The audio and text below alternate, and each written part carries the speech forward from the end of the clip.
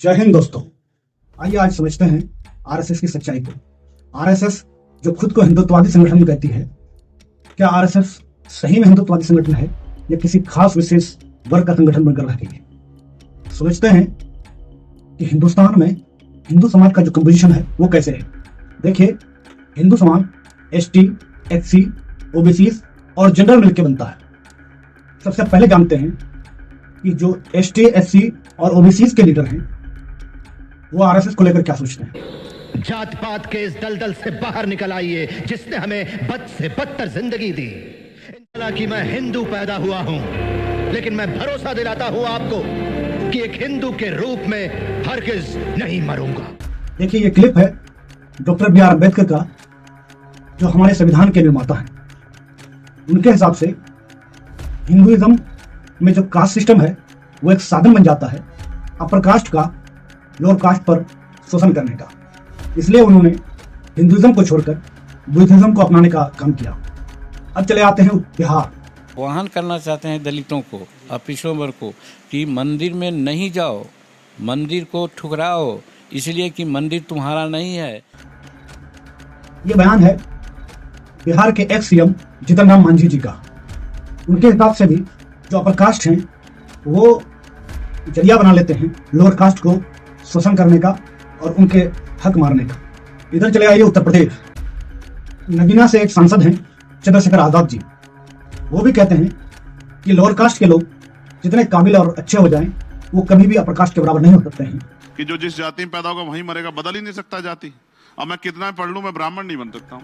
और जो ओबीसी के लीडर हैं, जैसे उत्तर प्रदेश में अखिलेश यादव जी या बिहार में तेजस्वी यादव जी, इन लोगों के भी रवैये से लगता है कि ये लोग भी आरएसएस को लेकर कोई अच्छा ख्याल नहीं रखते हैं। इन सब नेताओं के बयान से एक चीज तो जाहिर है कि ये लोग हिंदुइज्म में जो अपर कास्ट है उसको लेकर बहुत ऑब्सेस हैं।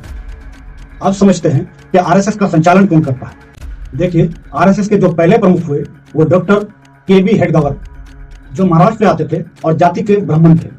वो इस पद पर बने रहे 1925 से लेकर 1940 तक। उसके बाद दूसरे नंबर पे जो प्रमुख हुए वो हैं एम.एस. गोलवालकर।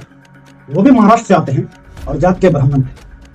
वो इस पद पर बने रहे 1940 से लेकर 1973 के बीच। और उसके बाद तीसरे नंबर पे जो आरएसएस के प्रमुख हुए वो थे बाला साहब देवरस, जो महाराष्ट्र से संबंधित रखते थे और जाति के ब्राह्मण थे। वो इस पद पर बने रहे 1973 से लेकर 1994 के बीच। और चौथे नंबर पे जो प्रमुख हुए वो है राजेंद्र सिंह, जो उत्तर प्रदेश से आते थे और जाति के ठाकुर थे। और वो इस पद पर बने रहे 1994 से लेकर 2000 के बीच में। और पांचवें नंबर पर जो प्रमुख हुए वो है के.एस. सुदर्शन, जो कर्नाटक से आते हैं और जाति से ब्राह्मण हैं। वो इस पद पर बने रहे 2000 से लेकर 2009 के बीच में। और प्रेजेंट में जो आरएसएस के प्रमुख हैं वो हैं मोहन भागवत, जो महाराष्ट्र से संबंध रखते हैं और जाति के ब्राह्मण हैं। अब तक आरएसएस के जितने भी प्रमुख हुए हैं उनमें से एक भी पिछड़ी जाति या अति पिछड़ी जाति से संबंध नहीं रखते हैं। ये सब अपर कास्ट से संबंध रखने वाले लोग। इन सब के बावजूद आरएसएस खुद को एक हिंदुत्ववादी संगठन कहती है और दावा करती है कि हम हर जाति को लेकर चलने का काम करते हैं। अब हम ये आप पर छोड़ते हैं कि आप आरएसएस को एक हिंदुत्ववादी संगठन मानते हैं या किसी खास जाति विशेष का संगठन मानते हैं। अब तक हमने जितनी भी बातें कही है वो सारी बातें इंटरनेट पर अवेलेबल है। आप जाके इसे फैक्ट चेक भी कर सकते हैं।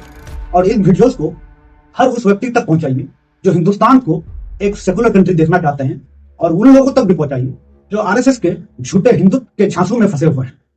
बाकी हमारे चैनल को सब्सक्राइब करिए। अगर फेसबुक और इंस्टा पे देखते हैं तो हमें फॉलो करिए।